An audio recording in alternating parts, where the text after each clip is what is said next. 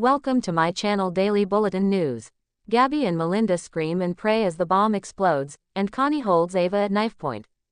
In the Horton living room, Abigail tells Chad she remembered something. As Chad leaves to ensure Julie keeps the kids occupied upstairs, Abigail practices what she's going to say and frets over what she's doing to him. When he returns, Chad excitedly asks what she remembered. Abigail says his reciting of his wedding vows touched something inside her, and she remembered her own vows. Chad grabs her in an embrace. It's what he prayed for. At the hospital, Kayla catches up with Steve over the phone about his futile visit with Clyde. She can't resist saying, "I told you so," and reiterates that she won't do a DNA test on Abigail without her consent. Upon hanging up, she encounters Jada, who warns Rafe is trying to check out against medical advice because he's worried about Gabi. Kayla says she'll give him a sedative, and Jada leaves to join the search for Connie. EJ finds a bloody fireplace poker in the DiMera living room. He looks around and notices the secret door ajar. EJ slips through the doorway. Downstairs, Gabi and Melinda scream and struggle in the wine cellar. As the bomb counts down from 2 minutes, Gabi prays in Spanish and then translates for Melinda. EJ comes to the door as the bomb explodes. EJ flies back against the wall, knocking him out. He comes to and labors to his feet. A fire burns inside the cellar and Gabi lies unconscious under rubble. A furious Ava ignores Stefan's repeated calls in her room above the pub. In the bistro, Stefan starts to leave a sincere apology on Ava's voicemail, but decides to do it in person. Meanwhile, Connie comes to Ava's room to confront her for ratting her out over her fraudulent resume. She's already made sure Melinda won't badmouth her ever again, and now, Ava won't either. Connie pulls out a knife. Ava tries to talk Connie down as Stefan knocks on the door. Luckily for Connie, he's next on her list. Ava yells for Stefan to go away, but Connie puts a knife to her throat, ordering her to invite him in. Stefan surveys the scene as he enters. "Oh, God," he deadpans. In the Horton living room, Abigail twitches as she hesitantly recites Abby's wedding vows. A teary-eyed Chad can't believe it. There's no way she'd know those words if she weren't there with him that day. He knows they won't immediately go back to the way they were, but it's the most hope he's had since he found out she was alive.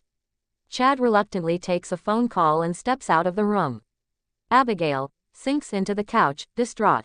At the hospital, Mark leaves a message for Abigail about his visit with Clyde.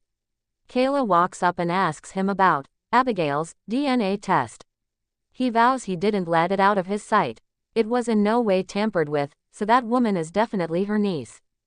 Jada comes to the DiMera living room, detecting smoke. She sees the bloody fire poker in the open doorway. Jada pulls her gun as she heads into the tunnels.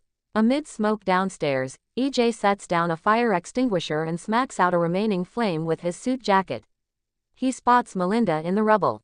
She's awake but still tied to the chair. She chokes as she tells him to help Gabi.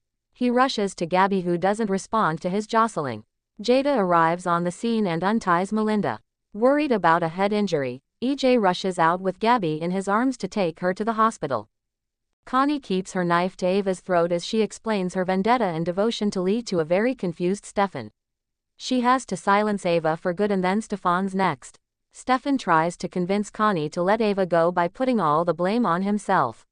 He then switches tactics by badmouthing Lee, which causes Connie to lunge at him with her knife. Alone in the Horton living room, Abigail calls Mark and tells him she recited Abby's wedding vows to Chad. She found them in a box of Abigail's mementos. She laments it feeling even more cruel. Mark doesn't like it either, but their mother's life is on the line. Abigail hangs up as Chad returns with news of the DiMera mansion explosion. Kayla comes to an unconscious Gabi's hospital room. She tells EJ she ordered a CT scan to rule out a brain bleed, but it's just a precaution.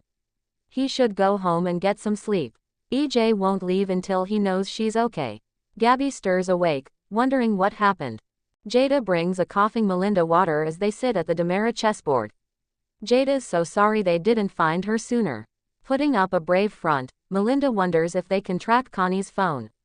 Jada tells her she ditched it for a burner. Melinda remembers that Connie took Gabi's phone when she left. Jada thinks tracking that phone might be the break they need. An ambulance arrives for Melinda.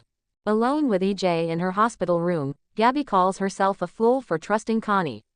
EJ assures her it's not her fault. As she recounts feeling as if she was going to die amid the rubble and smoke, EJ tenderly squeezes her hand. She credits EJ with being there, just in time. She puts her other hand on top of his, crediting him for saving her life. After stabbing Stefan in the arm, Connie runs out of Ava's room. Tending to a bleeding Stefan, Ava says, "You saved my life." As Connie leaves the pub, Jada comes up behind her. She aims her gun, ordering Connie to drop the knife. Please subscribe our channel.